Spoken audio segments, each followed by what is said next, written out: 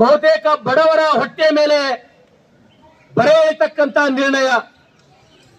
ಈ ನಿರ್ಣಯವನ್ನು ನಾವು ಈ ನೆಲದಿಂದ ಖಂಡನೆಯನ್ನು ಮಾಡ್ತೇವೆ.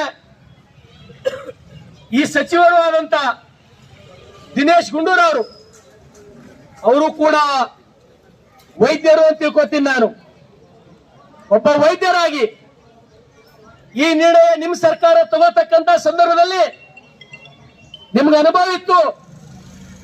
ತಾವು ಬೇಸಿಕಲಿ ಒಬ್ಬ ವೈದ್ಯರು, ನೀವು ಸಲಹೆಯನ್ನ ಕೊಡಬಹುದಾಗಿತ್ತು. ಪ್ರಧಾನಮಂತ್ರಿಗಳ ಆಲೋಚನೆ, ಅವರ ದೂರದೃಷ್ಟಿಯ ವಿರುದ್ಧ ನಾವು ಹೋಗಬಾರದು ಅಂತ ಹೇಳಿ ತಾವು ಸಲಹೆ ಕೊಟ್ಟು ತಾವೇನು ಆದೇಶವನ್ನ ಕೊಟ್ಟಿದ್ದೀರಿ. ಇಡೀ ಜನ, ಈ ರಾಜ್ಯದ 7 ಕೋಟಿ ಜನ ಇದರ ವಿರುದ್ಧ ಇದ್ದಾರೆ, ಇದಕ್ಕೆ ಧಿಕ್ಕಾರ ಆಗ್ತಾ ಇದ್ದಾರೆ. ತಮಗೆ ಗೊತ್ತಿರಲಿ, ಇವತ್ತು ಸರ್ಕಾರಿ ಆಸ್ಪತ್ರೆಗಳಲ್ಲಿ ಔಷಧಿಗಳು ಸುಮಾರು 700 ನಮೂನೆಯಲ್ಲಿ 760 ನಮೂನೆಯಲ್ಲಿ ಔಷಧಿಗಳು ಸಿಗಬೇಕು. ನೀವು ಬರ್ರಿ, ನಾವು ನಿಮ್ ಜೊತೆ ಬರ್ತೇವೆ. ಬಸವ ಕಲ್ಯಾಣ ಆಸ್ಪತ್ರೆ ಅಲ್ಲ, ಮಂಗಳೂರಿನ, ಬೆಂಗಳೂರಿನ, ತುಮಕೂರಿನ, ಮೈಸೂರಿನ ಆಸ್ಪತ್ರೆಗೆ ನಾವು ನಿಮ್ ಜೊತೆ ಬರ್ತೇವೆ.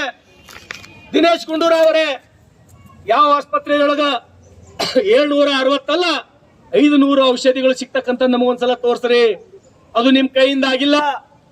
ಹೊಟ್ಟೆ ಕಿಚ್ಚಿಗಾಗಿ ಪ್ರಧಾನಮಂತ್ರಿಯವರ ಜನಪ್ರಿಯತೆಯನ್ನು ಕುಗ್ಗಿಸಬೇಕಂತಕ್ಕಂಥ ನಿಟ್ಟಿನಲ್ಲಿ ತಾವು ಬಡವರ ಹೊಟ್ಟೆ ಮೇಲೆ ಹೊಡಿತಕ್ಕಂಥ ಕೆಲಸ ತಾವೇನು ಮಾಡ್ತಾ ಇದ್ದೀರಿ. ಇದಕ್ಕೆ ನಿಮಗೆ ಜನ ಶಾಪ ಹಾಕ್ತಾರೆ. ನಾವು ಎಚ್ಚರಿಕೆಯನ್ನ ಕೊಡ್ತೇವೆ. ಈ ಆದೇಶ ತಾವು ಕೂಡಲೇ ಹಿಂಪಡಿಬೇಕು.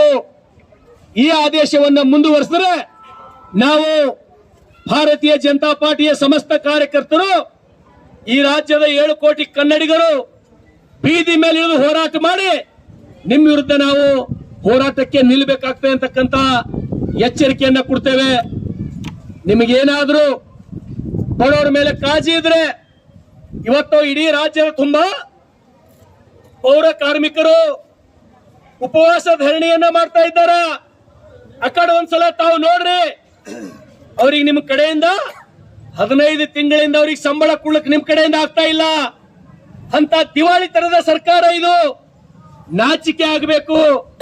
ಈ ರಾಜ್ಯದ ಇತಿಹಾಸದಲ್ಲಿ ಪೌರ ಕಾರ್ಮಿಕರಿಗೆ, ಬಡ ಪೌರ ಕಾರ್ಮಿಕರಿಗೆ 15 ತಿಂಗಳಿಂದ ಸಂಬಳ ಇಲ್ಲ.